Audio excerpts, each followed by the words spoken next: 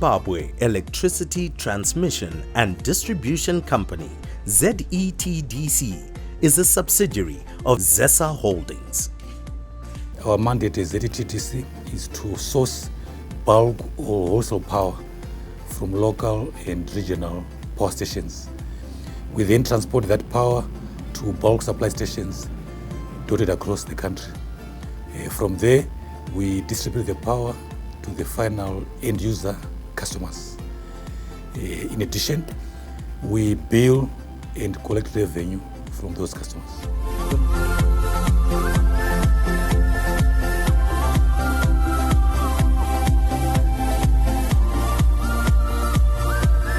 We are now in the 21st century. Everything is now electronic. Without electricity, we can't operate. We are affected greatly actually by the non-availability of power due to the thefts of transformer oil, transformers themselves and cables. Vanoita mabhizinesi ezvigayo takazokanganiswa nenyaya yekubiwa kwetransformer yamuri kuona iri apa iyi. Amagetsi sisebenzisa wona lapha emapulazini.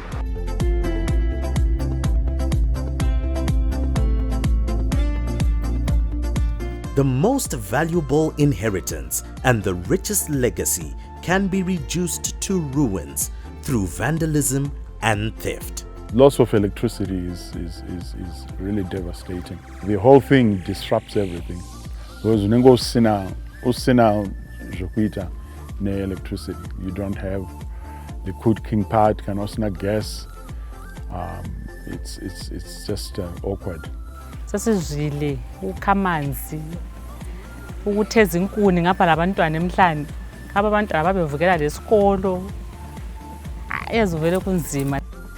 A wave of vandalism and theft of electricity transmission equipment and accessories has escalated throughout the country, affecting virtually every aspect of life as we know it. That in terms of theft and vandalism, the organization has lost about 4,033,000. Then in the current year to date, it has lost about 1.7 million. Infrastructure has started looking derelict despite regular efforts to upgrade and improve the system over time. We are losing over $1 million per month in revenue because we can't bill some of the customers. Currently, we've got over 25,000 customers across the country who are without supply because of the theft and vandalism. Some for periods exceeding 4 years. Schools are going without power for computers. Health institutions have been compromised, and there have been accidents, even involving lives, where lives have been lost. And in addition, our customers are being inconvenienced to a very large extent.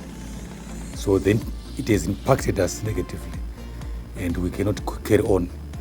Something really has to be done. We need to put our heads together and come up with a solution.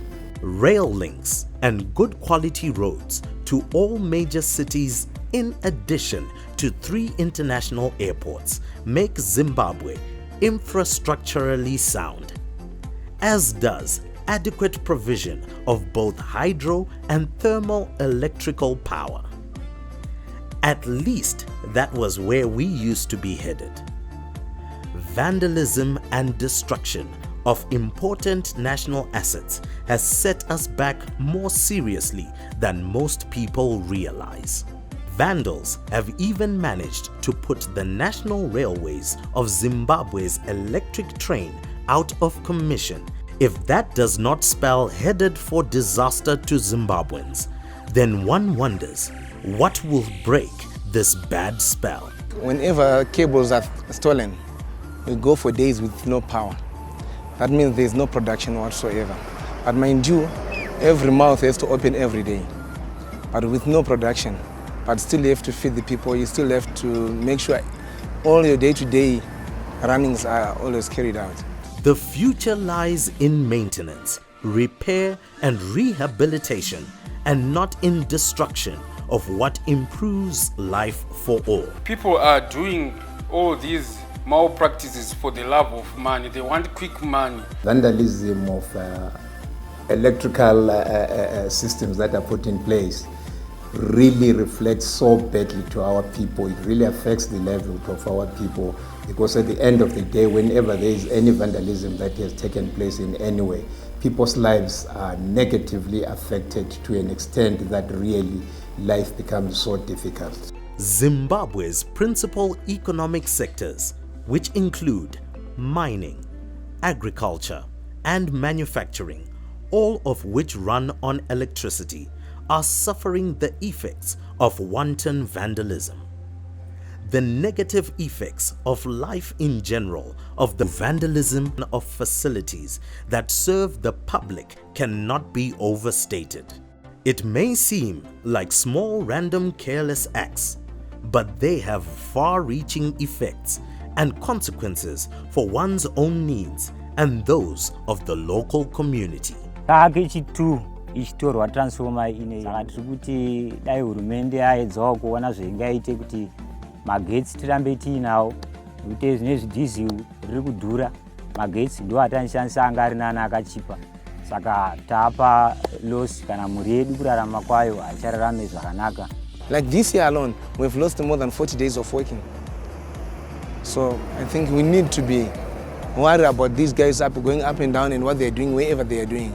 Abantwana abasafundi ngoba bengisebenza esitolo lapha batshontsha amagetsi, batshontsha konke lempahla, kumbe ngamasela wamagetsi kumbe ngamasela ayevele ejonga uzotshontsha esitolo, angikwazi. Largely due to challenges arising from the theft and vandalism of vital components affecting electricity supply, the public image of ZESA and Zetdc has taken a battering. Consumers invariably point out the flaws in the electricity supply and distribution chain, but very few understand the challenges facing the electricity supply industry. Our mandate is seriously under threat. The transmission and distribution networks that are being vandalized on a daily basis are the very networks that we use to deliver power to the customers. Currently, we have lost over 1,700 transformers and several kilometers of conductor. So we are, as a result, we are not able to deliver that mandate successfully. Electricity supply in a whole suburb can be lost due to tampering with transformers and theft of transformer oil or actual parts, wires and cables, with one of the mainstays of the local economy being agriculture and farming. A consistent power supply is vital to the operations of anything more than the most basic small-scale subsistence garden, and even then it plays a part. Water supply for both crops and livestock is often dependent on electricity. We need these transformers now to irrigate, that actually we can supplement on what the season in summer could not do, because food security is purely based on ZESA. When we don't irrigate, then the country hasn't got no food, and that is, then it becomes actually state security, because we need food on our tables and everybody does that. Patients on life support have died in hospitals when unscheduled power outages have caught them unexpectedly, not due to load shedding, but by a fault caused by theft or vandalism. The result of a sudden power outage during major surgery can only be imagined. Law enforcement has no choice but to be involved in the measures to control theft and vandalism of ZESA supply infrastructure equipment, components and parts. Effective law enforcement has become a priority in the struggle against darkness in urban, industrial and residential areas. The truth is, we can't take away the human element. And in that respect, we have tried to build some synergies with the complementary arms of government. which obviously include the Zimbabwe Republic Police through minerals, flora and fauna, and other utilities as well.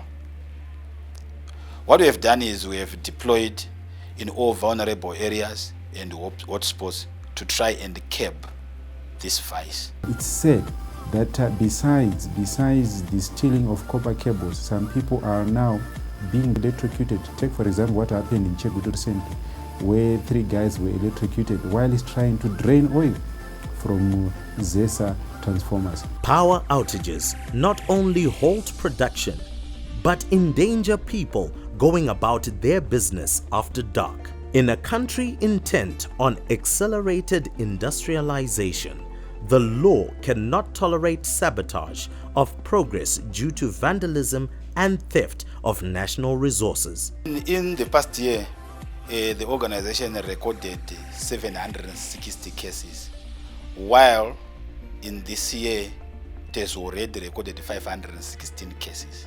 The Zimbabwe Republic Police has made some arrests, of which some people are currently appearing before the courts.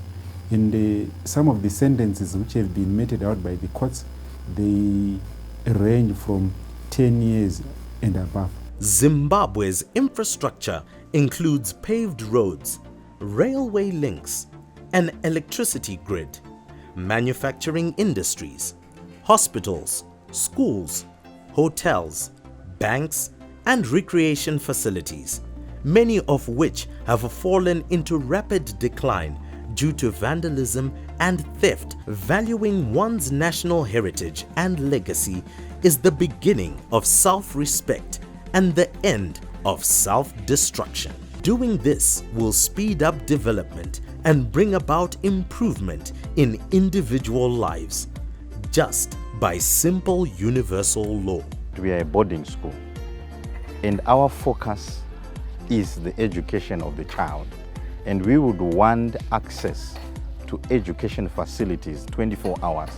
So as long as we don't have power, especially at night, we have learners who want to study at night, and those are already compromised. If we are looking here, we have about 4 boarding schools in one line, and that means 4 schools are affected.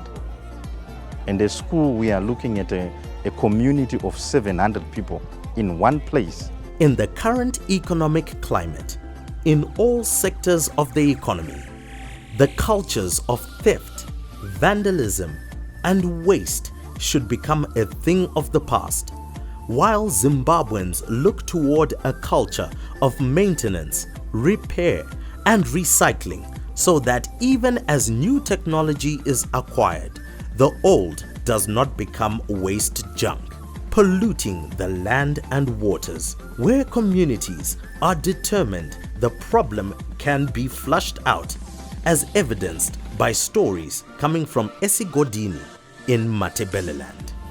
Okwakhathesi amagetsi kasatshontshwa ngesizathu sokuthi ababetshontsha abanye bangikhona babotshwa. Ngemva kwalokho amapholisa ayenza ipatrol lebusuku. So kwayikho kwagcina sokusenza amasela agcine esesesaba ukutshontsha amagetsi. Kuthi ngemuva kobotshwa kwabantu laba sananzela ukuthi usela wamakebholo wayenzani wayehla. Kungasetshenzwa ngamandla especially kukanela ngokubotshwa kwabantu laba batshontsha amakebholo. Indaba leyi yokushota kwe-electricity kuyayehla. Various ideas for solutions to this social ill are being thrown around by stakeholders, people just like you and me. What needs to be done is to capacitate the police, where they have a lot of patrols, maybe in different places which are very key, and also try to form policemen work in the communities around in those areas where there's more of those thefts which are happening. Zvakudaisi vanhu vari munharaunda tichibatirane tichibatsirana kuchengetedza midziyo yedu yemagetsi kuti isazosvika pakushayikwa kwemagetsi. As a community bona ngento leyo sake sayikhuluma ukuthi amadoda ngendlela amagetsi atshontshwa ngayo kungaba njani kube lama neighborhood watch labana bakhangela even ebusuku babhotabhote bekhangele ukuthi kathi kuyini ukuthatha indawo esigabeni. Babona lapha kade okwamapholisa bekulama suggesting box ukuthi la ungabona umuntu ongambonanga kuhle senza into engayisiyo ukwanisa ukuthi uhambe uyephosela something uzabuya bevula kwaphana lawo bebona ukuthi laphana kumiswa so kathesi njengoba lokana sakubona ukuthi kuyaphuza akula enye indlela elingakwenza ukuthi lawo ungabona amafoni kulezi insuku abantu abaningi balamafoni faka inamba zakho zonezo khonapho ukuthi siyakwanisa ukuthi sifone ngokuphangisa. A substantial number of recoveries in terms of the theft of copper cables and vandalism were made. And I want to warn members of the public that anyone who will be caught, anyone who will be arrested, while is found trying to either drain oil from Zetdc transformers or to steal copper cables will certainly be dealt with in terms of the laws of the country. We have tried to do target hardening, making it difficult for vandals or thieves to access our infrastructure. But the long-term goal is to invest in technology. We need to embrace technology. For example, right now, we are investing in intruder detection systems, which we believe they will go a long way in reducing prevalence of these cases because they will be detected as and when they are about to happen.